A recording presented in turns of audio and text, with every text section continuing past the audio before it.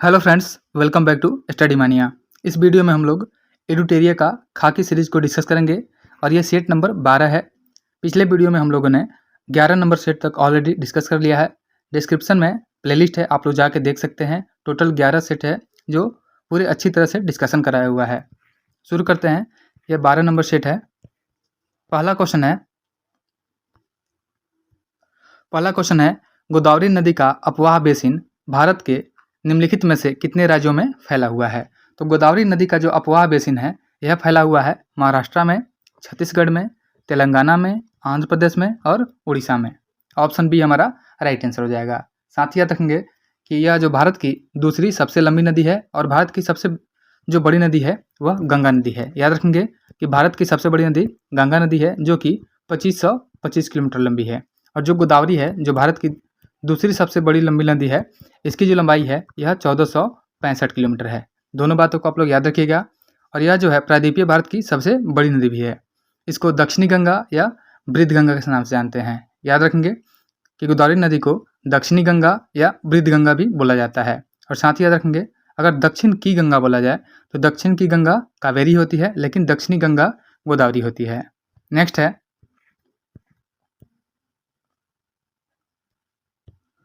अगला क्वेश्चन है कि सौर मंडल के निर्माण और निरूपण की व्याख्या करने के लिए सर्वाधिक व्यापक रूप से स्वीकृत मॉडल कौन सा है। तो सौर मंडल के निर्माण और निरूपण की व्याख्या करने के लिए सर्वाधिक व्यापक रूप से स्वीकृत मॉडल जो हो जाएगा यह हो जाएगा निहारिका परिकल्पना। ऑप्शन बी हमारा राइट आंसर हो जाएगा।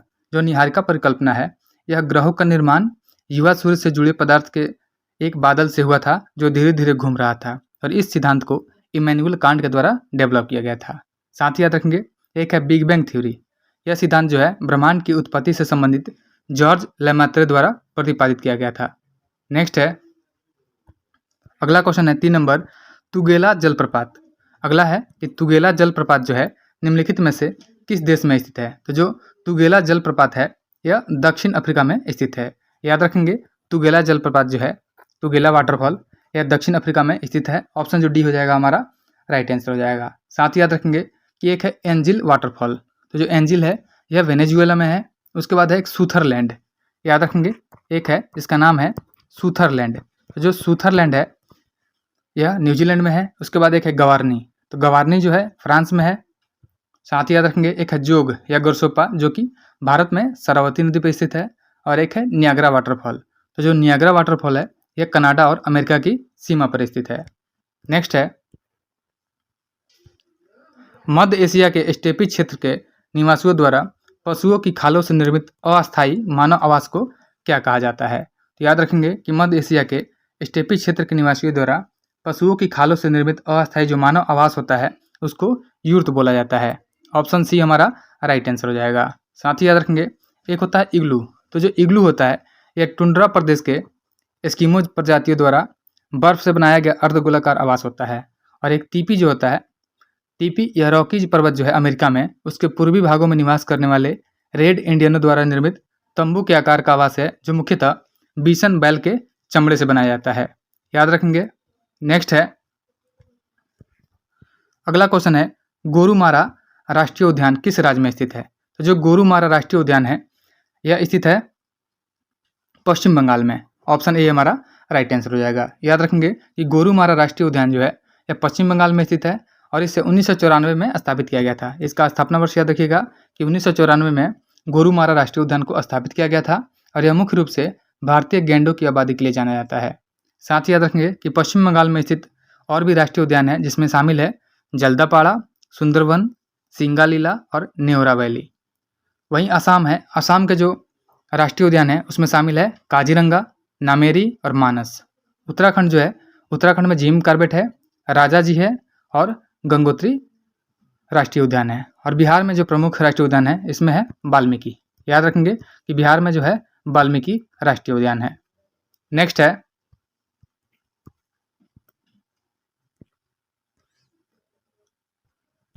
अगला क्वेश्चन है निम्नलिखित में से भारत के किस क्षेत्र में अधिकांश लोहा और इस्पात उद्योग संकेंद्रित है। तो लोहा और इस्पात उद्योग जो संकेंद्रित है यह छोटा नागपुर के पठार में संकेंद्रित है। ऑप्शन जो सी हो जाएगा हमारा राइट आंसर हो जाएगा। साथ ही याद रखेंगे जो दक्कन का पठार है तो दक्कन का पठार जो है त्रिकोणीय अर्थात 3 पर्वत श्रृंखलाओं से घिरा हुआ है। इसका विस्तार जो है भारतीय राज्य जैसे तेलंगाना, महाराष्ट्र, आंध्र प्रदेश, कर्नाटक और तमिलनाडु तक फैला हुआ है। नेक्स्ट है,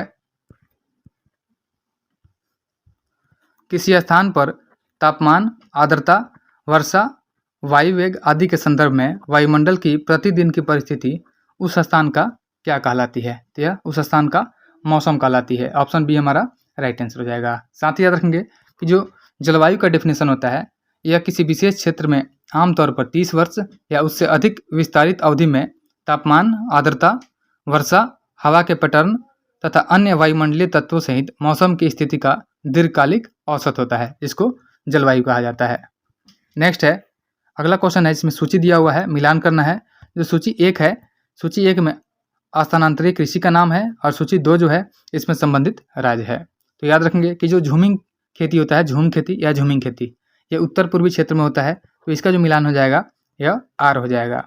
नेक्स्ट है दहिया। तो दहिया कृषि जो होता है यह मध्य प्रदेश में होता है, इसका मिलान 1 हो जाएगा। फिर उसके बाद पेंडा, जो पेंडा खेती का प्रकार है यह आंध्र प्रदेश में होता है।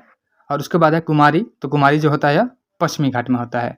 तो हमारा जो मिलान हो जाएगा, पहले हो जाएगा आर, फिर हो जाएगा पी, फिर क्यू, फिर एस। ऑप्शन ए हमारा राइट आंसर हो जाएगा। नेक्स्ट है, अगला क्वेश्चन देखते हैं। क्वेश्चन नंबर 9 है, निम्नलिखित में से कौन सा गर्म धारा है? तो गर्म धारा जो हो जाएगा इसमें गल्फ स्ट्रीम हो जाएगा। याद रखेंगे, बाकी जो है लेब्राडोर धारा, कैनारी धारा और फॉकलैंड धारा, यह जो है ठंडी जल धारा है। और जो गल्फ स्ट्रीम धारा है यह गर्म जल धारा है। याद रखेंगे, उत्तरी अटलांटिक में गल्फ स्ट्रीम धारा और उत्तरी प्रशांत में क्यूरिशियस धारा जो है यह गर्म जल धारा है। साथ ही याद रखेंगे कि गर्म जल धारा में अलास्का धारा शामिल है, सुसीमा धारा शामिल है, ब्राजील जल धारा, ये सभी गर्म जल धारा है। और जो ठंडी जल धारा है उसमें है लेब्राडोर, कनारी है, वेंगुएला धारा है, फॉकलैंड धारा है, हम्बोल्ट और एक पेरुवियन धारा है, यह भी ठंडी जल धारा का उदाहरण है। नेक्स्ट है, नेक्स्ट क्वेश्चन है कि भारत की कौन सी झील जो है विवर्तनिकी गतिविधि का परिणाम है? तो विवर्तनिकी गतिविधि का जो परिणाम हो जाएगा यह हो जाएगा वुलर झील। ऑप्शन ए हमारा राइट आंसर हो जाएगा। वुलर झील जो है एशिया की सबसे बड़ी मीठे पानी की झील है और यह झेलम नदी द्वारा पोषित है।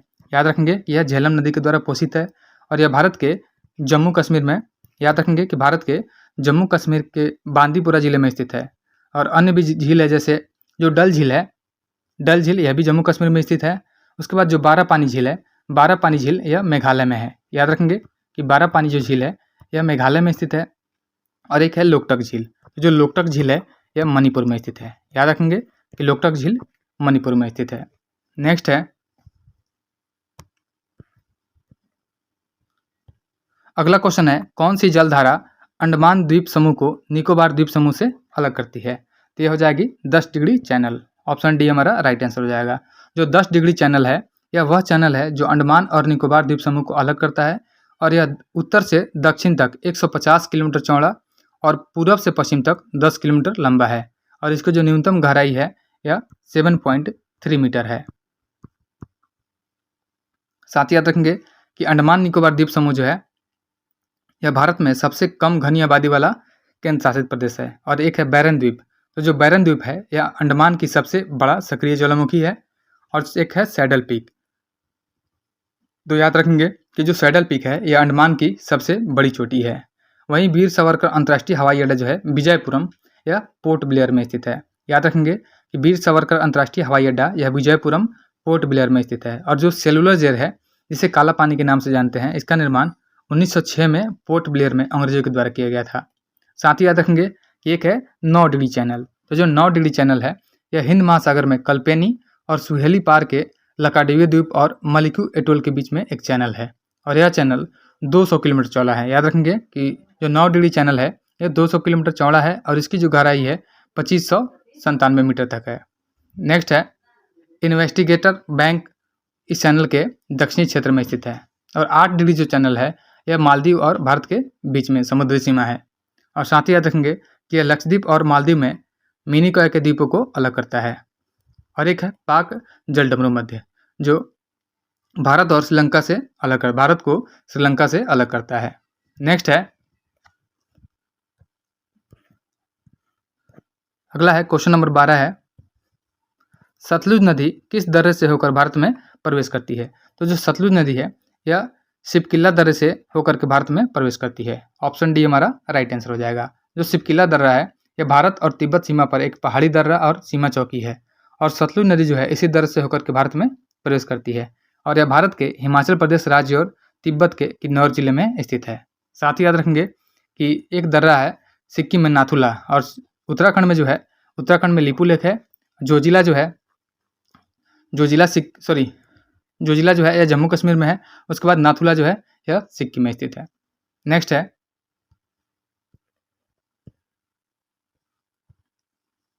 निम्नलिखित में से कौन सा क्रम छोटे से लेकर सबसे बड़े तक कण आकार के संदर्भ में व्यवस्थित मिट्टी के कणों का सही क्रम है? तो यह हो जाएगा मिट्टी हो जाएगा, फिर गाद हो जाएगा, फिर रेत हो जाएगा, फिर बजरी हो जाएगा।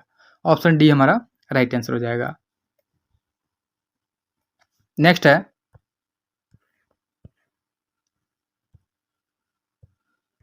अगला क्वेश्चन है कि निम्नलिखित कथनों पर विचार करें। पहला स्टेटमेंट है कि पृथ्वी 4 जुलाई को अपसौर यानी अपहेलियन स्थिति में होती है, और 3 जनवरी को उपसौर यानी पेरीहेलियन स्थिति में होती है। तो यह बात जो हो जाएगा सही दिया हुआ है कि पृथ्वी जो है 4 जुलाई को अपसौर और 3 जनवरी को उपसौर में होती है। नेक्स्ट है कि 4 जुलाई को पृथ्वी द्वारा प्राप्त वार्षिक सूर्यताप जो होता है यह 3 जनवरी को प्राप्त राशि से थोड़ा अधिक होता है, जो कि गलत दिया हुआ है। तो यहाँ पर पूछा गया है कि उपयुक्त कथनों में से कौन सा कथन जो है सही है? तो ऑप्शन सी हमारा राइट आंसर हो जाएगा। केवल एक स्टेटमेंट जो है, पहला स्टेटमेंट यही सही है। जो अपसौर होता है यह पृथ्वी सूर्य से लगभग 152.1 मिलियन किलोमीटर दूर रहती है, और जो उपसौर होता है 3 जनवरी के आसपास, इसमें जो है पृथ्वी सूर्य से 147.1 मिलियन किलोमीटर दूर रहती है। नेक्स्ट है, अगला है क्वेश्चन नंबर 15। फिरोज शाह तुगलक द्वारा दिल्ली की गद्दी पर राज्यारोहण के उपरांत माफ किए गए कृषि ऋण क्या कहलाते थे? तो फिरोज शाह तुगलक के द्वारा दिल्ली की गद्दी पर जो राज्यारोहण हुआ था उसके उपरांत माफ किए गए जो कृषि ऋण थे उसको सोंधर कहा जाता था। ऑप्शन जो ए हो जाएगा हमारा राइट आंसर हो जाएगा। नेक्स्ट है,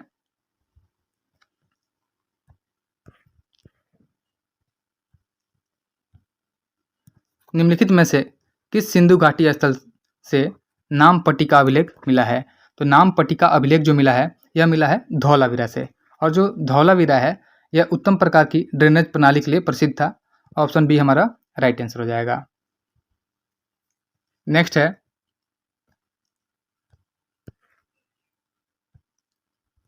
निम्नलिखित में से किसने कहा था कि भारत में दास प्रथा नहीं है? तो भारत में दास प्रथा नहीं है यह कहा गया था मेगास्थनीज के द्वारा। ऑप्शन बी हमारा राइट आंसर हो जाएगा। भारत में दास प्रथा न होने का जो उल्लेख है यह मेगास्थनीज ने अपनी इंडिका में किया है, और स्ट्रैबो ने मेगास्थनीज का हवाला देते हुए इसे दोहराया है। अतः सही उत्तर जो हो जाएगा मेगास्थनीज हो जाएगा, क्योंकि स्ट्रैबो के द्वारा इसे दोहराया गया था। अगर पूछा जाए कि दास प्रथा नहीं है इसके बारे में दोबारा बोला था तो यह स्ट्रैबो बोला था, पहले जो है मेगास्थनीज के द्वारा बोला गया था। और मौर्य काल में दास प्रथा प्रचलित थी। कौटिल्य ने 9 प्रकार के दासों का उल्लेख किया है। नेक्स्ट है, इसमें मिलान करना है, सही मिलान करना है।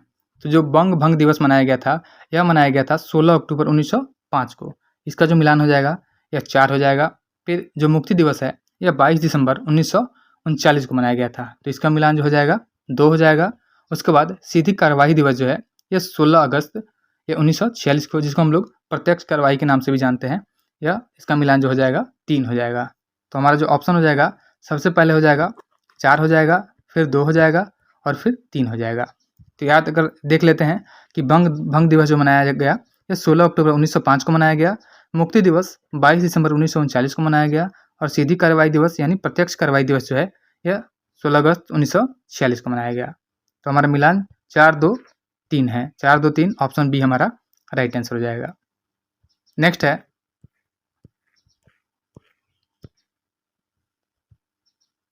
एनी बेसेंट द्वारा प्रारंभ किया गया स्वराज शासन आंदोलन का लक्ष्य क्या था? तो एनी बेसेंट के द्वारा शुरू किया गया था स्वराज शासन आंदोलन। इसका जो लक्ष्य था भारत के लिए स्वशासन प्राप्त करना। ऑप्शन सी हमारा राइट आंसर हो जाएगा। साथ ही याद रखेंगे कि सितंबर 1916 में एनी बेसेंट द्वारा शुरू किया गया होम रूल आंदोलन का उद्देश्य था भारत के लिए स्वशासन हासिल करना। और उल्लेखनीय है कि होम रूल आंदोलन की जो शुरुआत हुई थी यह अप्रैल 1916 में बाल गंगाधर तिलक के द्वारा की गई थी। नेक्स्ट है, अगला क्वेश्चन है कि शिवाजी के राजनीतिक गुरु और संरक्षक कौन थे। तो शिवाजी के राजनीतिक गुरु और संरक्षक जो थे यह दादा कोंडजी देव थे। ऑप्शन ए हमारा राइट आंसर हो जाएगा। शिवाजी के राजनीतिक गुरु और संरक्षक दादाजी कोंडदेव थे और आध्यात्मिक क्षेत्र में शिवाजी के आचरण पर समर्थ गुरु रामदास का काफी प्रभाव था। वे धरकरी संप्रदाय के थे और रामदास के दासबोध नामक ग्रंथ की रचना की थी, याद रखेंगे। और शिवाजी ने 1674 ईस्वी में, याद रखेंगे कि शिवाजी ने 1674 ईस्वी में काशी के प्रसिद्ध विद्वान जो है गंगा भट्ट से अपना राज्याभिषेक रायगढ़ में करवाया था। नेक्स्ट है, इसमें मिलान करना है। सूची 1 और सूची 2 दी हुई है, जिसमें पहले सूची में बौद्ध संगीति है और दूसरे में उसके अध्यक्ष के बारे में है। तो जो पहला बौद्ध संगीति है इसके जो अध्यक्ष थे यह थे महाकश्यप, तो इसका मिलान जो हो जाएगा 2 हो जाएगा। फिर जो दूसरा संगीति हुआ था इसके अध्यक्ष साबाकामी थे। उसके बाद तृतीय बौद्ध संगीति जो हुआ था उसके जो अध्यक्ष थे मोगलीपुत्र तीस थे और चतुर्थ बौद्ध संगीति में वसुमित्र थे। तो याद रखेंगे कि जो प्रथम बौद्ध संगीति हुई थी यह हुई थी 483 बीसी में, 483 ईसा पूर्व में बौद्ध संगीति हुई थी और प्रथम बौद्ध संगीति जो हुई थी यह राजगीर में हुई थी। याद रखेंगे कि ये पहला जो है यह राजगीर में हुआ था और शासक जो था इस टाइम अजात शत्रु था, अजात शत्रु, और अध्यक्ष जो थे यह पहले वाले में महाकश्यप थे। साथ ही याद रखेंगे कि जो दूसरा बौद्ध संगीति हुई थी यह हुई थी 383 ईसा पूर्व में और यह वैशाली में हुई थी, दूसरी वाली वैशाली में हुई थी। और इस टाइम जो शासक था यह था कालाशोक, कालाशोक दूसरे में शासक था और यह जो हुआ था इसके अध्यक्ष साबाकामी थे। साथ ही याद रखेंगे कि जो तीसरी बौद्ध संगीति हुई थी यह 251 ईसा पूर्व में हुई थी, पाटलिपुत्र में हुई थी और इस समय शासक अशोक था, अध्यक्ष मोगलीपुत्र तीस थे। और जो चौथी बौद्ध संगीति हुई थी यह 100 ईस्वी के आसपास हुई थी और यह जो कश्मीर के कुंडल वन में किया गया था और इस समय जो शासक थे चौथे बौद्ध संगीति के टाइम शासक थे कनिष्क और इसके जो अध्यक्ष थे वसुमित्र और जो उपाध्यक्ष थे यह थे अशोक घोष। याद रखेंगे इसमें चौथे वाले में उपाध्यक्ष थे अशोक घोष। नेक्स्ट है,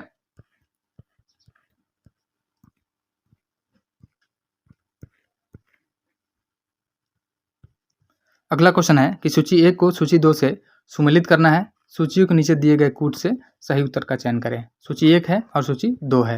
सूची 1 में दिया हुआ है गंधार कला। तो जो गंधार कला है तो इसका जो विकास हुआ था कुषाण काल में हुआ था, तो इसका जो मिलान हो जाएगा हमारा 3 हो जाएगा।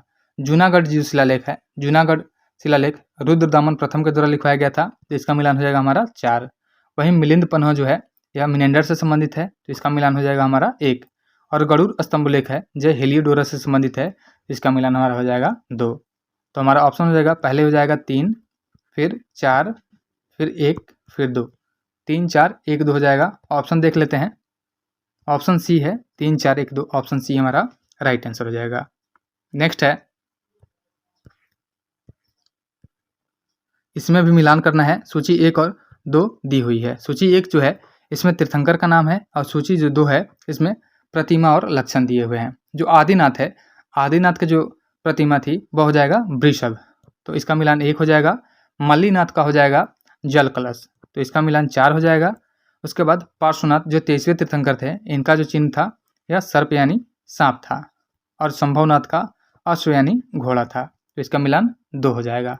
ऑप्शन ए हमारा राइट आंसर हो जाएगा। 1, 4, 3, 2। याद रखेंगे कि आदिनाथ का चिन्ह वृषभ था, मल्लीनाथ का जल कलश था, पार्श्वनाथ का सर्प था और संभवनाथ का अश्व था।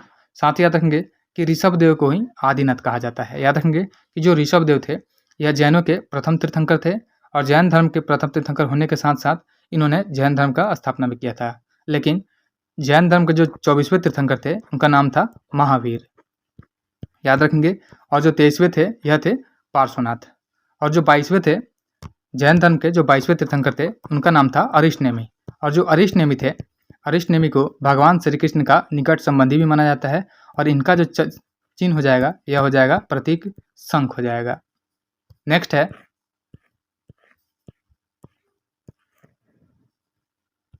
अगला क्वेश्चन है कि बंगाल में द्वैत शासन प्रणाली की शुरुआत निम्नलिखित में से किसके द्वारा की गई थी? तो बंगाल में द्वैत शासन प्रणाली की शुरुआत की गई थी रॉबर्ट क्लाइव के द्वारा। ऑप्शन सी हमारा राइट आंसर हो जाएगा। और इसकी शुरुआत जो है रॉबर्ट क्लाइव के द्वारा 1765 ईस्वी में की गई थी। याद रखेंगे कि 1765 ईस्वी में रॉबर्ट क्लाइव के द्वारा बंगाल में द्वैत शासन की शुरुआत की गई थी। इसके अंतर्गत जो है बंगाल के प्रशासन को दीवानी और निजावत में विभाजित किया गया था और इस प्रणाली के तहत प्रशासनिक दायित्व जो है नवाब बंगाल के नवाब के पास था, परंतु राजस्व संग्रह का जो जिम्मा था ये ब्रिटिश ईस्ट इंडिया कंपनी के हाथों में था। और द्वैत शासन प्रणाली को 1772 में, याद रखेंगे कि 1772 में वारेन हेस्टिंग के द्वारा समाप्त भी कर दिया गया था। नेक्स्ट है अगला क्वेश्चन है, निम्नलिखित में से कौन गवर्नर जनरल अंग्रेजी के अतिरिक्त अरबी, फारसी और बंगाली भाषा का जानकार था? तो यह हो जाएगा वारेन हेस्टिंग। ऑप्शन डी हमारा राइट आंसर हो जाएगा। वारेन हेस्टिंग का जो कार्यकाल था यह 1772 से लेकर के 1784 तक रहा था। याद रखेंगे। नेक्स्ट है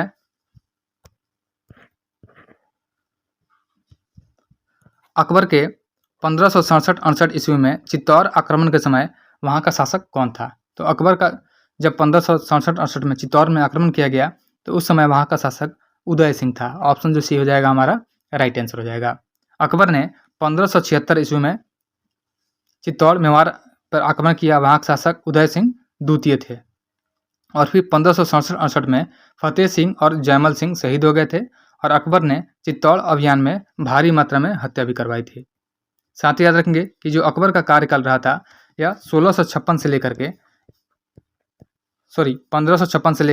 के यह 1605 ईस्वी तक रहा था। याद रखेंगे कि अकबर का कार्यकाल 1556 से 1605 तक रहा था और जो अकबर का जन्म हुआ था 15 अक्टूबर 1542 को अमरकोट के राजा वीरसाल के महल में हुआ था। साथ ही याद रखेंगे कि अकबर के द्वारा किए गए कुछ महत्वपूर्ण काम है उसे हम लोग याद रखेंगे, एग्जाम में बहुत बार पूछे जाते हैं। अकबर के द्वारा जो है 1562 ईस्वी में दास प्रथा का अंत किया गया था। फिर उसके बाद 1563 ईस्वी में अकबर के द्वारा तीर्थ यात्रा कर को समाप्त किया गया था। तीर्थ यात्रा कर को 1563 में समाप्त किया गया था। 1564 में जो है जजिया कर की समाप्ति की गई थी अकबर के द्वारा। साथ ही याद रखेंगे 1582 में दीन इलाही धर्म की स्थापना की गई थी अकबर के द्वारा। दीन इलाही धर्म की स्थापना की गई थी और फिर उसके बाद 1583 ईस्वी में जो है इलाही सम्मत की भी शुरुआत की गई थी। इलाही सम्मत की शुरुआत जो है यह भी अकबर के द्वारा की गई थी 1583 ईस्वी में। और साथ ही याद रखेंगे कि अकबर ने 1574 ईस्वी में मनसबदारी व्यवस्था पर सैन्य संगठन स्थापित किया था। नेक्स्ट है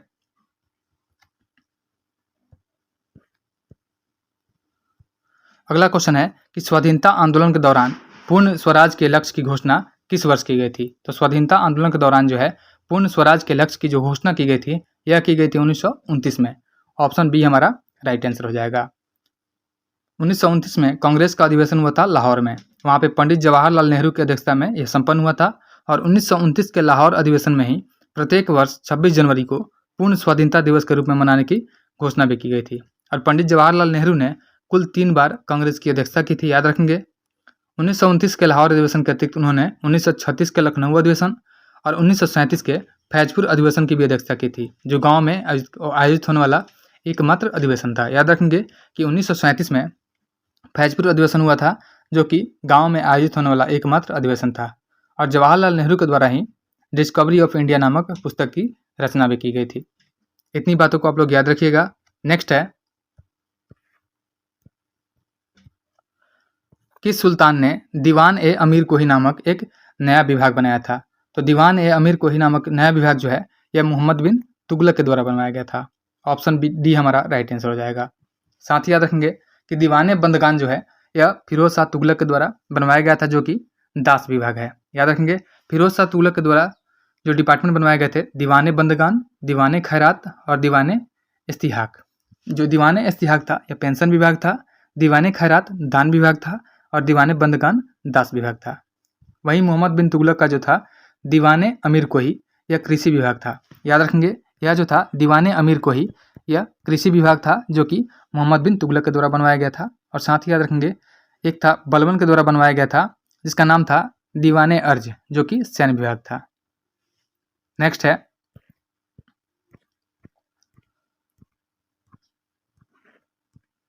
क्वेश्चन नंबर 29 है कि भारत ने अभी हाल ही में हाइपरसोनिक मिसाइल का परीक्षण किया, इसकी अधिकतम मारक क्षमता कितनी है?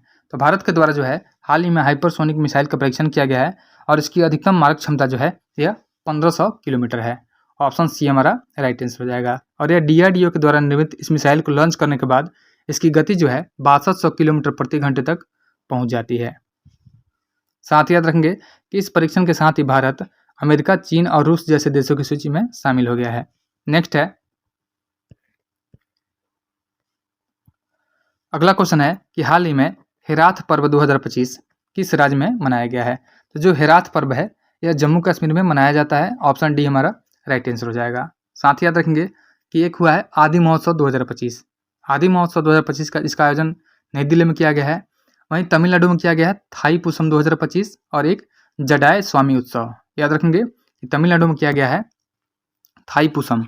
याद रखेंगे कि थाई पुसम जो है इसका आयोजन किया गया है 2025 का तमिलनाडु में, और साथ ही किया गया है एक जडाय स्वामी।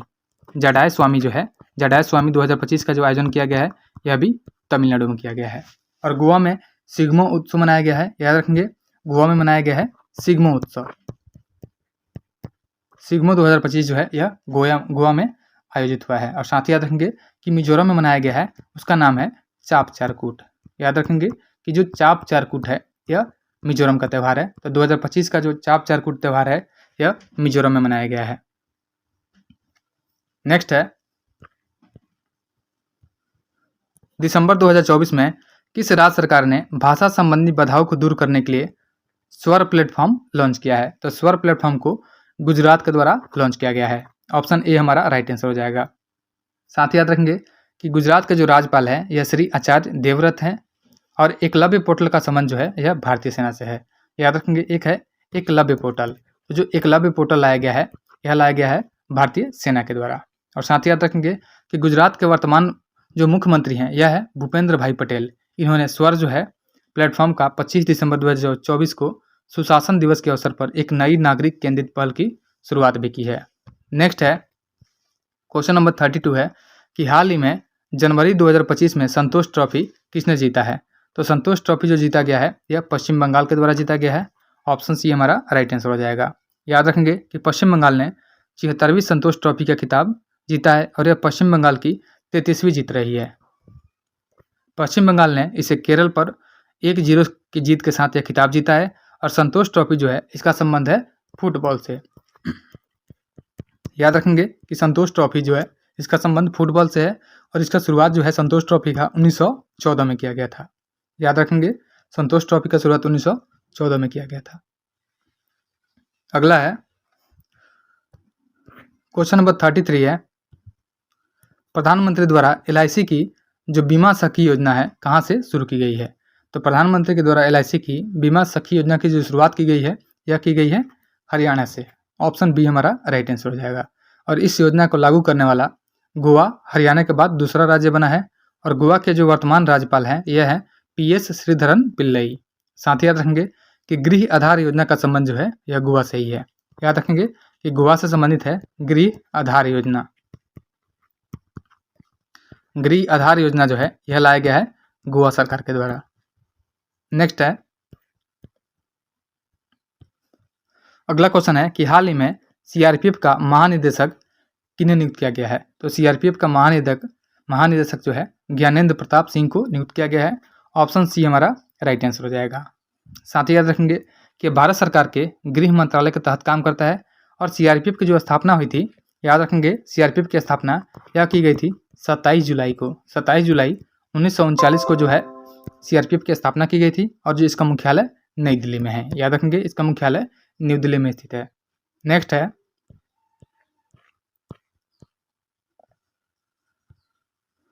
अगला क्वेश्चन है ग्लोबल फायर पावर इंडेक्स 2025 में भारत कौन से स्थान पर है? तो ग्लोबल फायर पावर इंडेक्स 2025 में भारत का स्थान चौथा रहा है। ऑप्शन बी हमारा राइट आंसर हो जाएगा। और इसे ग्लोबल फायर पावर कॉम द्वारा जारी किया जाता है। ग्लोबल फायर पावर इंडेक्स जो 2025 है इसमें पहले स्थान पे अमेरिका है। याद रखेंगे पहले स्थान पे जो है USA है। उसके बाद जो दूसरे स्थान पे रूस हो जाएगा यानी रसिया हो जाएगा।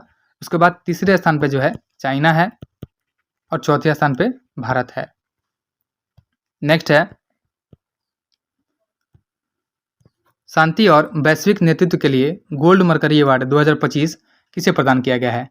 तो शांति और वैश्विक नेतृत्व के लिए Gold Mercury Award 2025 Dalai Lama को प्रदान किया गया है। ऑप्शन बी हमारा राइट आंसर हो जाएगा। साथ ही याद रखेंगे जो तेंजिंग ग्यात्सो है इनको 14वें दलाई लामा के रूप में जाना जाता है। नेक्स्ट है क्वेश्चन नंबर 30 है, ऑस्कर अवार्ड 2025 में सर्वश्रेष्ठ फिल्म का पुरस्कार किसने जीता है? तो ऑस्कर अवार्ड 2025 में सर्वश्रेष्ठ फिल्म का जो पुरस्कार जीता है यह अनोरा फिल्म ने जीता है। ऑप्शन बी हमारा राइट आंसर हो जाएगा। वहीं सर्वश्रेष्ठ निर्देशक जो हैं यह बने हैं सीन बेकर। याद रखेंगे सीन बेकर जो है यह सबसे सर्वश्रेष्ठ निर्देशक बने हैं। उसके बाद सर्वश्रेष्ठ अभिनेता जो है यह एंड्रियन ब्रॉडी हैं द ब्रूट लिस्ट के लिए, और सर्वश्रेष्ठ अभिनेत्री जो है यह है माइकी मेडिसन। यह अनोरा फिल्म में थी अभिनेत्री माइकी मेडिसन, जिन्हें 97वां ऑस्कर पुरस्कार दिया गया है सर्वश्रेष्ठ अभिनेत्री के लिए माइकी मेडिसन को। नेक्स्ट है पंचायत से संसद 2.0 पहल का उद्घाटन किसने किया है?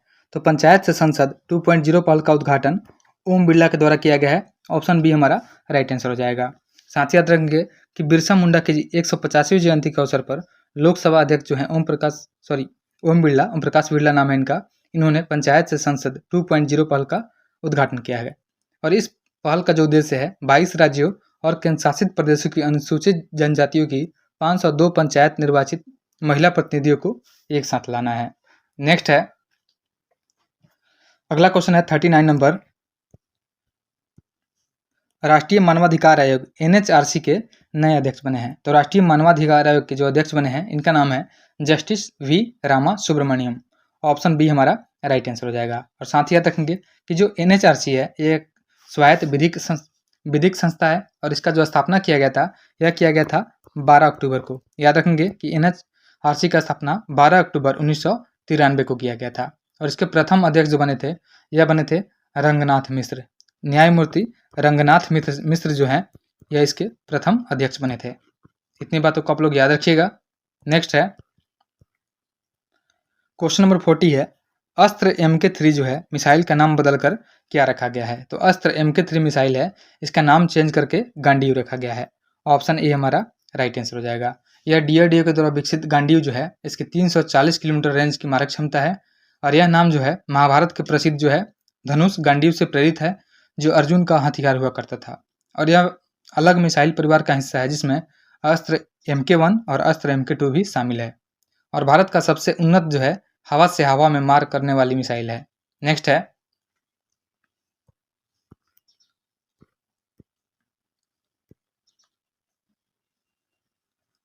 क्वेश्चन नंबर 41 है, किस राज्य ने अपना पहला जंगल सफारी ट्रेन लॉन्च किया गया है? तो जंगल सफारी ट्रेन जो लॉन्च किया गया है यह किया गया है उत्तर प्रदेश में। ऑप्शन ए हमारा राइट आंसर हो जाएगा। उत्तर प्रदेश सरकार ने पर्यटन को बढ़ावा देने के लिए करतनिया घाट वन्यजीव अभयारण्य जो है दुधवा टाइगर रिजर्व से जोड़ने वाली अपनी तरह की पहली विस्टाडोम कोच सेवा शुरू की गई है। तो ऑप्शन ए हमारा राइट आंसर हो जाएगा। नेक्स्ट है 25वें फीफा विश्व कप 2034 की मेजबानी किस देश को सौंपी गई है? तो याद रखेंगे इंपॉर्टेंट क्वेश्चन है, 25वें फीफा विश्व कप 2034 की मेजबानी जो है यह सौंपी गई है सऊदी अरब को। ऑप्शन डी हमारा राइट आंसर हो जाएगा। और 23वां पुरुष फीफा विश्व कप जो 2026 में जिसका आयोजन होगा पुरुष विश्व कप का, यह कनाडा, मेक्सिको और अमेरिका में किया जाएगा। और साथ ही याद रखेंगे एक है 24वां पुरुष फीफा विश्व कप जिसका आयोजन जो है 2030 में किया जाएगा। यह किया जाएगा स्पेन, पुर्तगाल और मोरक्को में। तीन बातें याद रखेंगे कि 23वां पुरुष फीफा विश्व कप जो है 2026 यह कनाडा, मेक्सिको और अमेरिका में होगा। उसके बाद 24वां पुरुष विश्व फीफा कप जो है 2030 में स्पेन, पुर्तगाल और मोरक्को में होगा। फिर उसके बाद जो है 25वां पुरुष फुटबॉल विश्व कप 2034 का मेजबानी जो है यह सऊदी अरब को सौंपा गया है। नेक्स्ट है अगला क्वेश्चन है कि 7 जून 2025 को फ्रेंच ओपन महिला एकल का खिताब किसने जीता है? तो यह जीता है कोको गॉफ ने। ऑप्शन डी हमारा राइट आंसर हो जाएगा। याद रखेंगे कि महिला वर्ग में जो है कोको गॉफ ने 7 जून 2025 को फ्रेंच ओपन महिला एकल का खिताब जीता है। ऑप्शन डी हमारा राइट आंसर हो जाएगा। और इन्होंने फाइनल में आर्यना सबालेंका को हरा करके 2025 फ्रेंच ओपन में महिला एकल का खिताब जीता है। नेक्स्ट है क्वेश्चन नंबर 44 है, 76वें गणतंत्र दिवस 2025 की थीम क्या है? तो 76वें गणतंत्र दिवस 2025 का थीम हो जाएगा स्वर्णिम भारत, विरासत और विकास। ऑप्शन ए हमारा राइट आंसर हो जाएगा। साथ ही याद रखेंगे कि इस गणतंत्र दिवस के अवसर पर इंडोनेशिया के राष्ट्रपति प्रबोवो सुबियांतो जो है मुख्य अतिथि रहे थे। नेक्स्ट है क्वेश्चन नंबर है 45। बिहार सरकार ने बजट 2025-26 में राज्य के राजकोषीय घाटा सकल राज्य घरेलू उत्पाद जो है जीएसडीपी का कितना प्रतिशत अनुमानित किया है? तो यह किया गया है 2.98%। ऑप्शन सी हमारा राइट आंसर हो जाएगा। नेक्स्ट है क्वेश्चन नंबर है 46। जनवरी 2025 में पूर्वी भारत की पहली खगोलीय वेधशाला का उद्घाटन कहाँ किया गया है? तो पूर्वी भारत की पहली खगोलीय वेधशाला का जो उद्घाटन किया गया है यह किया गया है पश्चिम बंगाल में। ऑप्शन सी हमारा राइट आंसर हो जाएगा। साथ ही याद रखेंगे कि यह देश का छठा खगोलीय वेधशाला केंद्र है और इसका नाम जो है सत्येंद्र नाथ बोस के नाम पर रखा गया है। सत्येंद्र नाथ बोस राष्ट्रीय आधारभूत विज्ञान केंद्र ने वेधशाला चलाने और संसाधनों को साझा करने के लिए सिद्धू कान्हू बिरसा विश्वविद्यालय पुरुलिया के साथ एक समझौता ज्ञापन पर भी हस्ताक्षर किया है। नेक्स्ट है अगला क्वेश्चन है 47 नंबर। निम्नलिखित कथनों पर विचार करें। पहला स्टेटमेंट है कि पर्यावरण संरक्षण अधिनियम जो है 1986 में पारित हुआ था, जो कि सही दिया हुआ है, और स्वस्थ पर्यावरण का अधिकार जो है जीवन का मौलिक अधिकार है, यह भी स्टेटमेंट बिल्कुल सही है। इसमें पूछा गया है उपयुक्त कथनों में कौन सा कथन जो है सत्य है, तो इसमें दोनों कथन सही हो जाएगा कि पर्यावरण संरक्षण अधिनियम जो है 1946 में पारित हुआ था और स्वस्थ पर्यावरण का अधिकार जो है जीवन का मौलिक अधिकार है। ऑप्शन सी हमारा राइट आंसर हो जाएगा। नेक्स्ट है क्वेश्चन नंबर 48 है कि भारतीय संविधान के अंतर्गत संपत्ति का अधिकार है। तो भारतीय संविधान के अंतर्गत जो संपत्ति का अधिकार है यह हो जाएगा कानूनी अधिकार हो जाएगा और संवैधानिक अधिकार हो जाएगा। ऑप्शन डी हमारा राइट आंसर हो जाएगा। याद रखेंगे कि संविधान लागू होने के समय जो है अनुच्छेद 19 के अंतर्गत संपत्ति का अधिकार जो था यह मूल अधिकार था, लेकिन जब 44वां संविधान संशोधन हुआ तो इसमें संपत्ति के अधिकार को हटा करके जो 19F में था इसको आर्टिकल 300 के ए यानी 1 में डाल दिया गया था, जो कि एक लीगल राइट है। इसे कानूनी अधिकार बना दिया गया था और एक संवैधानिक अधिकार भी है। तो ऑप्शन जो डी हो जाएगा हमारा ए और बी दोनों हो जाएगा। नेक्स्ट है राजनीतिक दलों के विषय में निम्नलिखित में से कौन सा कथन सही नहीं है? गलत स्टेटमेंट को चूज करना है। पहला है राजनीतिक दल चुनाव में भाग लेते हैं, यह सही है, और यह जनमत निर्माण में महत्वपूर्ण भूमिका निभाते हैं, यह भी सही है। यह सरकार की नीतियों एवं कार्यक्रमों को जनता के समक्ष रखते हैं, यह भी सही है। यह केवल अपने सदस्यों के हित में कार्य करते हैं, जो कि गलत स्टेटमेंट है। तो इसमें पूछा गया है कौन सा कथन सही नहीं है यानी गलत है। ऑप्शन डी हमारा राइट आंसर हो जाएगा। नेक्स्ट है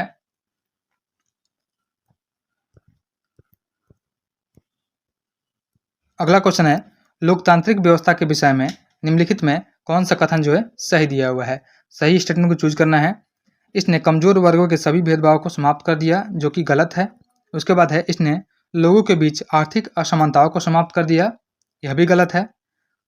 उसके बाद लोकतांत्रिक व्यवस्था के संबंध में सही, इसने राजनीतिक गैर बराबरी के विचार को समाप्त कर दिया, यह बिल्कुल सही आंसर है। ऑप्शन सी हमारा राइट आंसर हो जाएगा।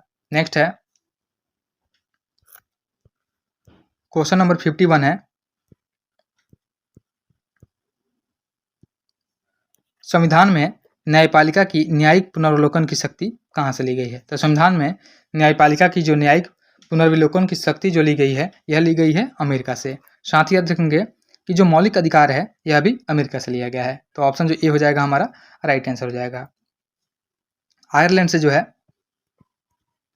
यह वोट का जो प्रक्रिया है राष्ट्रपति का वो लिया गया है, और ब्रिटेन से जो है यह संसदीय प्रक्रिया को लिया गया है। अनुच्छेद 13, 32 और 226 जो है यह प्रत्यक्ष रूप से इसका उपबंध करते हैं, यद्यपि उच्चतम न्यायालय की न्यायिक समीक्षा की शक्ति जो है अनुच्छेद 137 में दी हुई है। याद रखेंगे कि जो हाई कोर्ट है सुप्रीम कोर्ट है, तो सुप्रीम कोर्ट का जो न्यायिक पुनर्विलोकन की जो शक्ति है अनुच्छेद 137 में दिया हुआ है। इतनी बातों को आप लोग याद रखिएगा।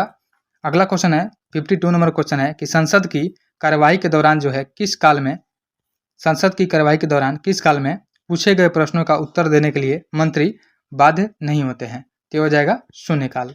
ऑप्शन बी हमारा राइट आंसर हो जाएगा। शून्यकाल में सदस्य किसी भी महत्वपूर्ण मुद्दे को उठा सकते हैं, पर मंत्री उसका उत्तर देने के लिए बाध्य नहीं होते हैं। ऑप्शन जो हो जाएगा बी हमारा राइट आंसर हो जाएगा।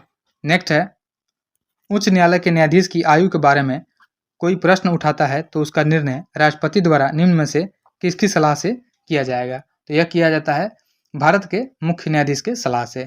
ऑप्शन सी हमारा राइट आंसर हो जाएगा। साथ ही याद रखेंगे कि उच्च न्यायालय के जो न्यायाधीश है यह 62 वर्ष की आयु तक अपने पद पर रहते हैं। याद रखेंगे कि इनका जो उच्च न्यायालय हाईकोर्ट का जो न्यायाधीश होते हैं इनका जो एज होता है 62 वर्ष होता है और 15वें संविधान संशोधन 1963 के द्वारा सेवानिवृत्ति की जो आयु है यह 60 से 62 कर दी गई थी। अभी याद रखेंगे कि 60 साल से 62 साल जो एज है सेवानिवृत्ति की यह की गई थी 15वें संविधान संशोधन के द्वारा। नेक्स्ट है लोकसभा में किसी विधेयक पर आम बहस निम्नलिखित में से किस चरण में होती है? क्या होती है? द्वितीय वाचन में। ऑप्शन सी हमारा राइट आंसर हो जाएगा। नेक्स्ट है क्वेश्चन नंबर 55 है, इसमें मिलान करना है। जो समता का अधिकार है, तो समता का अधिकार अनुच्छेद 14 से 18 में दिया हुआ है। उसके बाद है शोषण के विरुद्ध अधिकार। शोषण के विरुद्ध जो अधिकार है अनुच्छेद 23 और 24 में दिया हुआ है। अनुच्छेद जो 23 है इसमें बलात् श्रम को प्रतिषेध किया गया है और मानव दुर्व्यापार को प्रतिषेध किया गया है। और जो 24 है इसमें 14 वर्ष से कम एज के बच्चों को इंडस्ट्री में काम करने से मना किया गया है। उसके बाद है संस्कृति और शिक्षा का अधिकार, यह 29 और 30 में दिया हुआ है। और धर्म की स्वतंत्रता का जो अधिकार है यह अनुच्छेद जो हो जाएगा 25 से 28 में दिया हुआ है। तो हमारा मिलान हो जाएगा पहले 2, फिर 3, फिर 1 और 4। ऑप्शन बी हमारा राइट आंसर हो जाएगा। साथ ही याद रखेंगे कि धर्म की स्वतंत्रता का अधिकार जो है यह 25 से 28 में है और संवैधानिक उपचारों का जो अधिकार है यह अनुच्छेद 32 में है। याद रखेंगे संवैधानिक उपचारों का अधिकार अनुच्छेद 32 में है और अनुच्छेद 32 के अनुसार ही सुप्रीम कोर्ट जो है रीट जारी करता है। और साथ ही याद रखेंगे कि सुप्रीम कोर्ट का जो वर्णन है अनुच्छेद 124 में दिया हुआ है और हाई कोर्ट का जो वर्णन है अनुच्छेद 214 में दिया हुआ है। इतनी बातों को याद रखिएगा। और हाई कोर्ट को जो रीट जारी करने का अधिकार है अनुच्छेद 226 में दिया हुआ है। नेक्स्ट है अगला क्वेश्चन है 56 नंबर। गांव के स्थानीय स्वशासी संस्थाओं की संरचना तथा उनके कार्यों के संबंध में निम्नलिखित में से कौन सा कथन जो है सही नहीं है, यानी गलत को चूज करना है। पहला स्टेटमेंट है कि 20 लाख से कम जनसंख्या वाले राज्यों के लिए खंड स्तर जो है स्तर पर पंचायतों का गठन आवश्यक नहीं है, यह सही दिया हुआ है। उसके बाद है खंड पंचायत तथा जिला पंचायत के सदस्यों में उस क्षेत्र का प्रतिनिधित्व करने वाले सांसद और विधानसभा के भी सदस्य होते हैं, यह भी सही है। अगला है पंचायत को कोई भी कर लगाने का अधिकार नहीं है, जो कि गलत दिया हुआ है। पंचायत को कर लगाने का अधिकार होता है। तो ऑप्शन सी जो जाएगा हमारा आंसर हो जाएगा। साथ ही याद रखेंगे कि प्रत्येक 5 वर्ष के पश्चात जो है एक वित्त आयोग गठित किया जाता है जो पंचायतों की वित्तीय स्थिति की समीक्षा करने और इसकी उन्नति के संबंध में राज्यपाल को संस्तुति करता है। नेक्स्ट है क्वेश्चन नंबर 57 है, बॉम्बे प्लान के बारे में निम्नलिखित में से कौन सा कथन जो है सत्य नहीं है। इसमें भी गलत को चूज करना है। यह भारत के आर्थिक भविष्य का एक ब्लूप्रिंट था जो कि सही दिया हुआ है। और बॉम्बे प्लान जो है इसमें उद्योगों के ऊपर राज्य के स्वामित्व का समर्थन किया गया है, जो कि गलत है। तो ऑप्शन बी हमारा आंसर हो जाएगा। अगला है इसकी रचना कुछ अग्रणी उद्योगपतियों ने की थी, यह भी सही है। और इसमें नियोजन के विचार पर पुरजोर समर्थन किया गया था, यह भी सही है। ऑप्शन बी आंसर हो जाएगा क्योंकि बी जो है गलत दिया हुआ है। 1944 में उद्योगपतियों का एक तबका एकजुट हुआ और इस समूह ने देश में नियोजित अर्थव्यवस्था चलाने का एक संयुक्त प्रस्ताव तैयार किया, जिसे बॉम्बे प्लान कहा गया है। हालांकि जवाहरलाल नेहरू आधिकारिक तौर पर योजना को स्वीकार नहीं किया था, लेकिन उनकी नीतियां और बाद की 5 साल की योजनाएं बॉम्बे योजना की सिफारिशों के बहुत करीब थी। लेकिन इस प्लान द्वारा कहीं भी उद्योगों के ऊपर राज्य के स्वामित्व का समर्थन नहीं किया गया है। तो ऑप्शन बी हमारा राइट आंसर हो जाएगा। नेक्स्ट है अगला क्वेश्चन है 58 नंबर।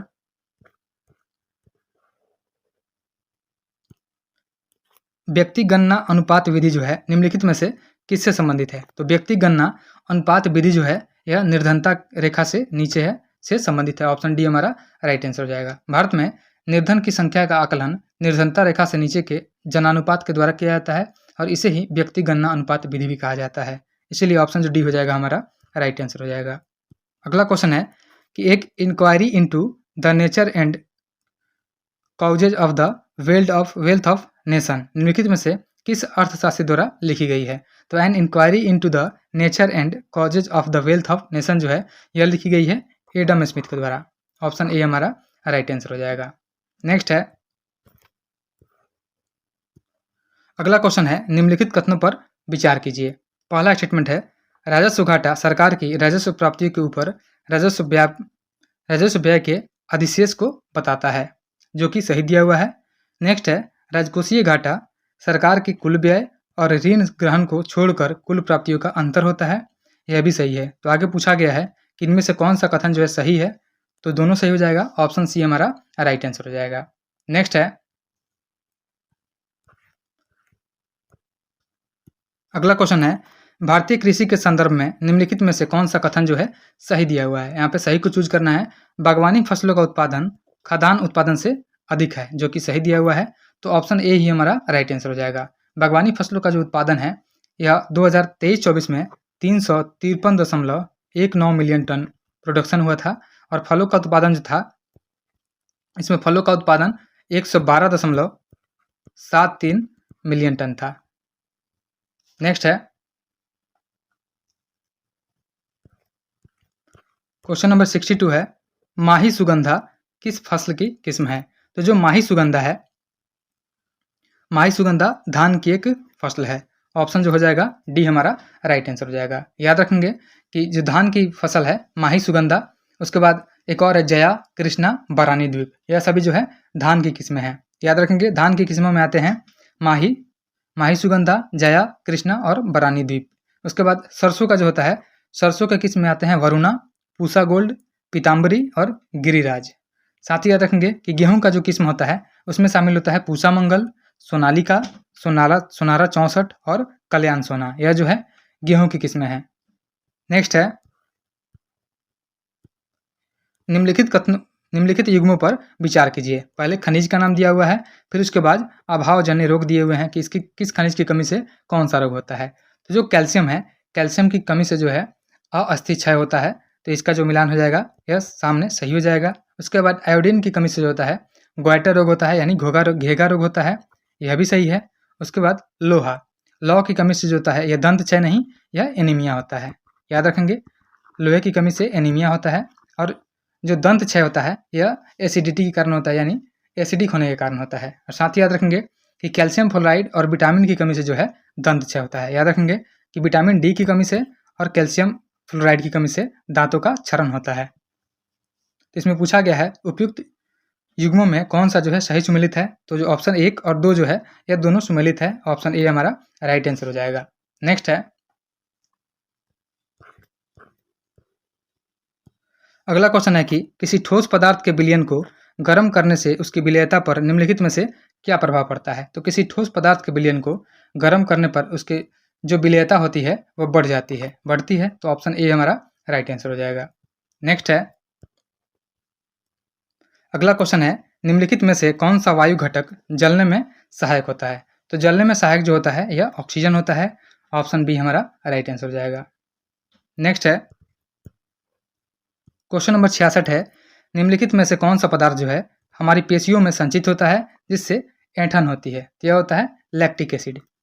याद रखेंगे कि लैक्टिक एसिड जो है इसके जमाव के कारण पेशियों में ऐंठन होता है और जोड़ों में दर्द होता है, ऑप्शन बी हमारा राइट आंसर हो जाएगा। नेक्स्ट है क्वेश्चन नंबर 67 है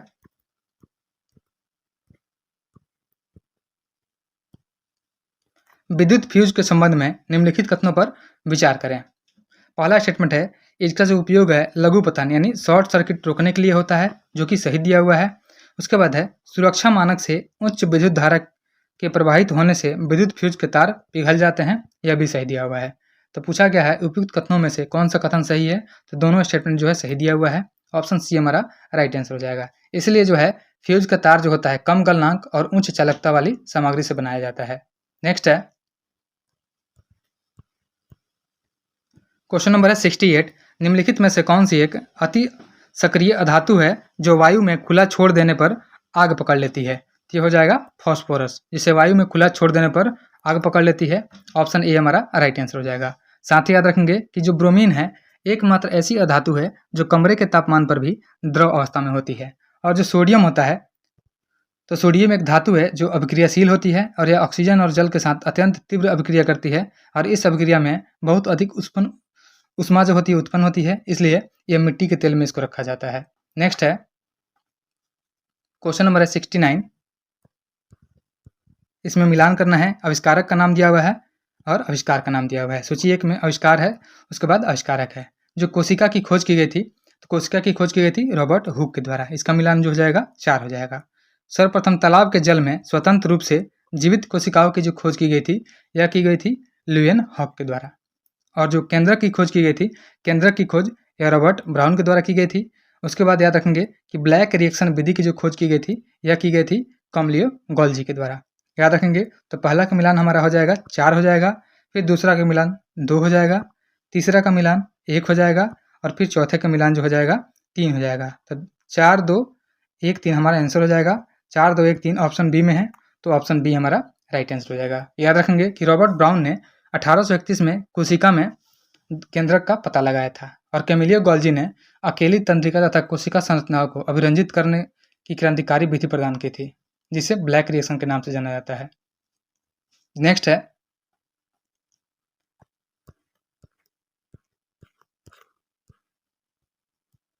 अगला क्वेश्चन है कि कोशिका में उपस्थित प्लाज्मा झिल्ली निम्नलिखित में से किनसे निर्मित होती है। तो जो प्लाज्मा झिल्ली है, यह बनी होती है प्रोटीन और लिपिड की। ऑप्शन ए और सी, सॉरी ऑप्शन डी जो है ए और सी दोनों शामिल हो जाएगा। याद रखेंगे कि जो कोशिका में प्लाज्मा झिल्ली होती है, यह प्रोटीन और लिपिड दोनों से मिलकर बनी होती है, तो ऑप्शन डी हमारा राइट आंसर हो जाएगा। नेक्स्ट है क्वेश्चन नंबर 71 है। इसमें दिया हुआ है, पदार्थ का नाम दिया हुआ है और पीएच मान दिया हुआ है। इसको मिलान करना है। जो मानव रक्त होता है, इसका जो पीएच मान होता है, यह लगभग 7.4 होता है। तो ये हो जाएगा 7.35 से लेकर के 7.45। इसका जो एवरेज हो जाएगा, यह हो जाएगा 7.4 हो जाएगा। उसके बाद जो दूध है, दूध का पीएच वैल्यू होता है, यह होता है 6.6 के आसपास होता है, मतलब 6.4 से लेकर के 6.8 तक हो जाएगा। उसके बाद मानव का जो लार होता है, इसका पीएच वैल्यू जो होता है, या 5.6 होता है, या 5.5 से लेकर के 5.7 के बीच में हो जाएगा, सॉरी 7.5 के बीच में हो जाएगा। उसके बाद है मानव मूत्र। तो मानव मूत्र का जो पीएच वैल्यू होता है, यह 4.6 से लेकर के 8 के बीच में होता है। इसका जो मिलान हो जाएगा, तो पहले हो जाएगा 2 हो जाएगा, फिर उसके बाद 3 हो जाएगा, अगला जो हो जाएगा 1 हो जाएगा, फिर उसके बाद 4 हो जाएगा। 2, 3, 1, 4 इसका मिलान हो जाएगा। 2, 3, 1, 4 जो है ऑप्शन ए में है, तो ऑप्शन ए हमारा राइट आंसर हो जाएगा। साथ ही याद रखेंगे को जो नींबू का रस होता है, इसका पीएच वैल्यू होता है 2.2 होता है। याद रखेंगे कि नींबू के रस का जो पीएच वैल्यू होता है 2.2 होता है। जठर रस जो होता है, उसका पीएच वैल्यू जो होता है, यह 1.2 होता है। उसके बाद जो शुद्ध जल होता है, यह न्यूट्रल होता है, इसका पीएच वैल्यू 7 होता है। और सोडियम हाइड्रोक्साइड जो होता है, यह सबसे अधिक क्षारीय, प्रबल क्षारीय होता है, जो पीएच वैल्यू इसका 14 होता है। नेक्स्ट है किस छोटे दर्पण की सहायता से ऊंचे भवन या पेड़ की पूर्ण लंबाई का प्रतिबिंब देखा जा सकता है। तो यह देखा जा सकता है उत्तल दर्पण की सहायता से। ऑप्शन बी हमारा राइट आंसर हो जाएगा। नेक्स्ट है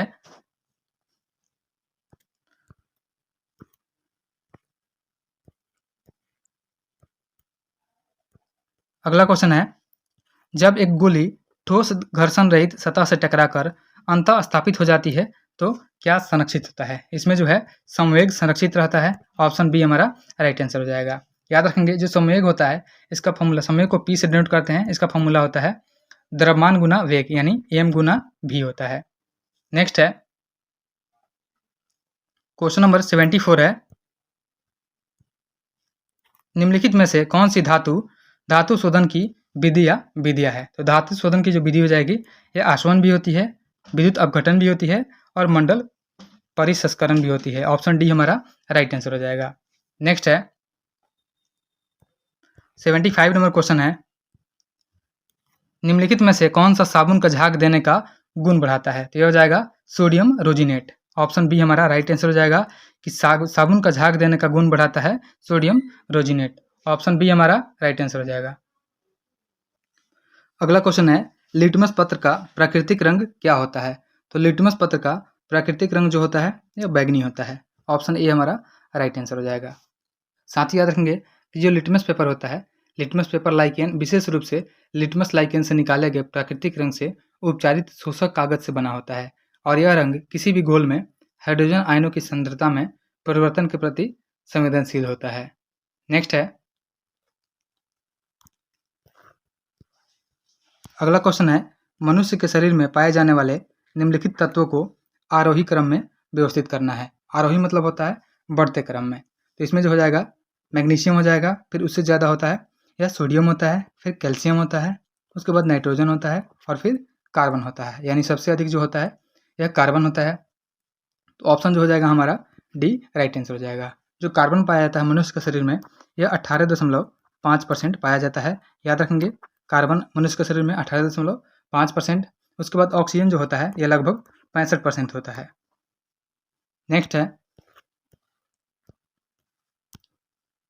क्वाशियोकर के संदर्भ में निम्नलिखित में से असत्य कथन का पहचान करना है। तो क्वाशियोकर के बारे में असत्य कथन चूज करते हैं, यानी गलत स्टेटमेंट को। पहला है यह प्रोटीन की अल्पता से उत्पन्न होने वाला विकार है। यह सही दिया हुआ है कि प्रोटीन की कमी से जो है क्वाशियोकर रोग होता है। अगला है यह 1 वर्ष से कम आयु के बच्चों जिनका पोषण जो है माँ के दूध द्वारा होता है में होता है, जो कि गलत दिया हुआ है।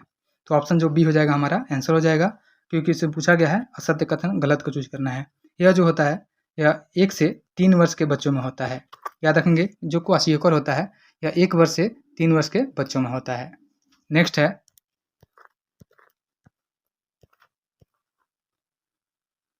अगला क्वेश्चन है निम्नलिखित में कौन सा श्रेणी क्रम में संयोजित प्रतिरोधों का कुल प्रतिरोध ज्ञात करने का सही सूत्र है। तो यह हो जाएगा ऑप्शन बी हो जाएगा। जो श्रेणी क्रम में संयोजित होता है यह सिंपली होता है R = R1 + R2 + dot dot ये R जितना तक होगा Rn तक हो जाएगा। नेक्स्ट है अगला क्वेश्चन है निम्नलिखित क्षेत्रों में से किस क्षेत्र या किन क्षेत्रों में सूक्ष्म तरंगों का प्रयोग किया जाता है। तो सूक्ष्म तरंगों का प्रयोग मोबाइल फ़ोन में किया जाता है, उसके बाद माइक्रोवेव ओवन में किया जाता है और वाईफाई में किया जाता है। तो उपयुक्त सभी हमारा आंसर हो जाएगा। ऑप्शन डी हमारा राइट आंसर हो जाएगा। माइक्रो ओवन जो होता है इसमें इनका प्रयोग किया जाता है और मोबाइल फ़ोन और वाईफाई में भी इसका प्रयोग किया जाता है। नेक्स्ट है निम्नलिखित में से मेथिलीन क्लोराइड का रासायनिक सूत्र है। तो मेथिलीन क्लोराइड का रासायनिक सूत्र जो होता है यह होता है CH2Cl2। ऑप्शन बी हो जाएगा CH2Cl2। ऑप्शन बी हमारा राइट आंसर हो जाएगा। मेथिलीन क्लोराइड जो है इसका रासायनिक सूत्र CH2Cl2 है और आईपैक नाम जो इसका होता है यह होता है डाइक्लोरोमेथेन। याद रखेंगे इसी को बोलते हैं डाइक्लोरोमेथेन। नेक्स्ट है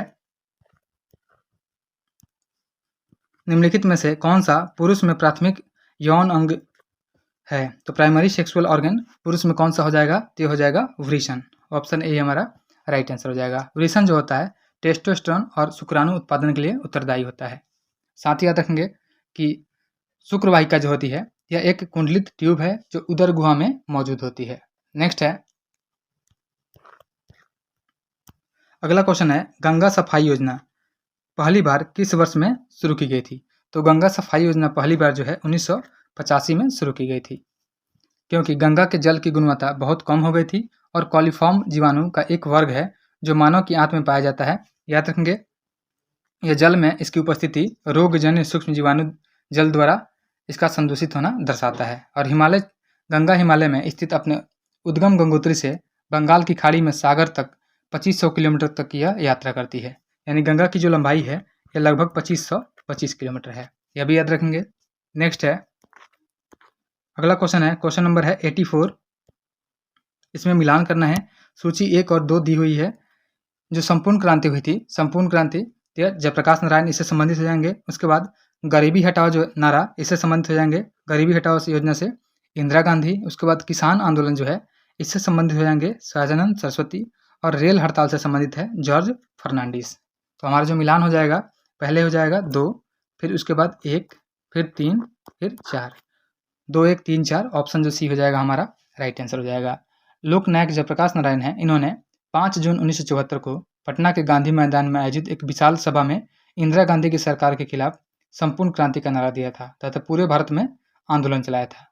और साथ ही याद रखेंगे कि 1971 में इंदिरा गांधी ने गरीबी हटाओ का नारा दिया। आगे चलकर 5वीं पंचवर्षीय योजना का मुख्य उद्देश्य बना था। और 8 मई 1974 को देश में हुई ऐतिहासिक रेल हड़ताल का नेतृत्व जो है यह किया गया था जॉर्ज फर्नांडिस के द्वारा। और जो सहजानंद सरस्वती हैं यह बिहार के किसान आंदोलन के प्रमुख नेता रहे थे। नेक्स्ट है अगला क्वेश्चन है उस अंतरिक्ष यान का नाम क्या था जिसने मनुष्य को चांद पर उतारा था। तो इसका नाम था अपोलो। ऑप्शन ए हमारा राइट आंसर हो जाएगा। याद रखेंगे इसका नाम अपोलो 11 था, यहाँ पे 11 लगा देंगे। अपोलो 11 जो है जिसे चंद्रमा पर मनुष्य को उतारने के लिए पहले अंतरिक्ष मिशन के रूप में मान्यता प्राप्त है। 16 जुलाई, याद रखेंगे 16 जुलाई 1969 ईस्वी को, 16 जुलाई 1969 को लॉन्च किया गया था। और अपोलो 11 जो है उड़ान के दौरान अधिकांश महत्वपूर्ण घटनाओं को दुनिया के लगभग हर क्षेत्र में करोड़ों दर्शकों द्वारा टेलीविजन के माध्यम से देखा गया था। नेक्स्ट है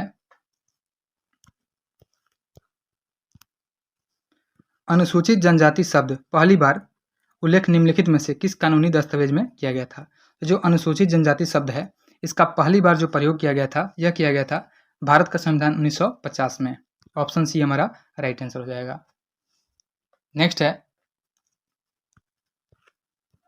अगला क्वेश्चन है कि बिहार में पहला कांग्रेस अधिवेशन कहाँ हुआ था। तो बिहार में जो पहला कांग्रेस अधिवेशन हुआ था यह पटना के बांकीपुर में हुआ था। ऑप्शन सी हमारा राइट आंसर हो जाएगा। और यह हुआ था 1912 ईस्वी में, याद रखेंगे। और यह 27वां अधिवेशन था, याद रखेंगे यह 27वां अधिवेशन था। और यह बिहार में 1912 में बांकीपुर में आयोजित किया गया था। साथ ही याद रखेंगे इसके जो अध्यक्ष थे यह RN माधोलकर थे और महासचिव सच्चिदानंद सिन्हा और स्वागत समिति के अध्यक्ष मौलाना मजहरुल हक थे। और बिहार में कांग्रेस का 37वां अधिवेशन हुआ था गया में 1922 में। याद रखेंगे कि जो 37वां अधिवेशन हुआ था यह हुआ था 1922 में। इसका आयोजन गया में किया गया था। और साथ ही इसके जो अध्यक्ष रहे थे यह रहे थे चितरंजन दास रहे थे, याद रखेंगे, जिसमें स्वराज पार्टी की स्थापना 1923 में की गई थी। नेक्स्ट है यूटोपिया के लेखक हैं। तो यूटोपिया के जो लेखक हैं यह हैं थॉमस मोर। ऑप्शन ए हमारा राइट आंसर हो जाएगा। यूटोपिया के लेखक थॉमस मोर हैं। और साथ ही याद रखेंगे कि प्लेटो जो है, प्लेटो की रचना है रिपब्लिक, उसके बाद अपोलॉजी, लॉज, मीनो, क्रोटो और एक है प्रोटागोरस। और विलियम शेक्सपियर की रचना है, विलियम शेक्सपियर की जो रचना है Julius Caesar, Romeo Juliet, Macbeth, Othello और हैमलेट। नेक्स्ट है अगला क्वेश्चन है बास्केटबॉल के मैदान को कहते हैं। तो बास्केटबॉल का जो मैदान होता है उसको कोर्ट कहा जाता है। ऑप्शन बी हमारा राइट आंसर हो जाएगा। और इस खेल का जो आविष्कार किया था यह जेम्स स्मिथ ने 1891 ईस्वी में, जेम्स स्मिथ के द्वारा 1891 में अमेरिका में इसका आविष्कार किया गया था। और साथ ही याद रखेंगे कि जो फीबा है, फीबा बास्केटबॉल एसोसिएशन जो है फीबा, इसका स्थापना किया गया था 1932 ईस्वी में। नेक्स्ट है choose the correct English translation of the given sentence in Hindi. भूगोल सीखना कठिन है। तो भूगोल सीखना कठिन है, इसका जो इंग्लिश ट्रांसलेशन हो जाएगा यह हो जाएगा geography is difficult to learn. Option B हमारा राइट आंसर हो जाएगा। नेक्स्ट है निम्नलिखित में से कौन सा वाक्य जो है शुद्ध है। तो ऑप्शन देखते हैं। एक एक वाक्य आपके तुले हुए हैं, यह गलत है। आपका एक एक वाक्य तुला हुआ है, यह भी गलत है। आपके एक एक वाक्य तुले हुए हैं। ऑप्शन सी हमारा राइट आंसर हो जाएगा। नेक्स्ट है एक्सटेसी शब्द का साइनोनिम क्या है। तो एक्सटेसी का जो साइनोनिम हो जाएगा, एक्सटेसी का मतलब होता है परमानंद, तो इसका साइनोनिम हो जाएगा रैप्चर। रैप्चर का मतलब होता है उत्साह, इसलिए ऑप्शन जो ए हो जाएगा हमारा राइट आंसर हो जाएगा। साइनोनिम एक्सटेसी का रैप्चर हो जाएगा। अगला क्वेश्चन है 93 नंबर क्वेश्चन है कि भाषा की सबसे छोटी इकाई निम्न में से क्या है। तो भाषा की जो सबसे छोटी इकाई होती है यह होती है वर्ण। ऑप्शन बी हमारा राइट आंसर हो जाएगा। हिंदी वर्णमाला में वर्णों की जो संख्या है टोटल 52 होती है। और इसमें जो स्वर होते हैं यह 11 होते हैं और व्यंजन जो होते हैं यह 42 होते हैं। नेक्स्ट है गुरु दक्षिणा शब्द में कौन सा समास है। तो गुरु दक्षिणा जो शब्द होता है इसमें तत्पुरुष समास है। ऑप्शन सी हमारा राइट आंसर हो जाएगा। नेक्स्ट है आगे मैथ दिए हुए हैं, मैं आंसर बता देता हूं, आप लोग सोल्व कर लीजिएगा। 95 का जो आंसर हो जाएगा यह बी हो जाएगा। 24 उसके बाद है 96 का जो आंसर हो जाएगा यह ऑप्शन बी हो जाएगा। अगला है 97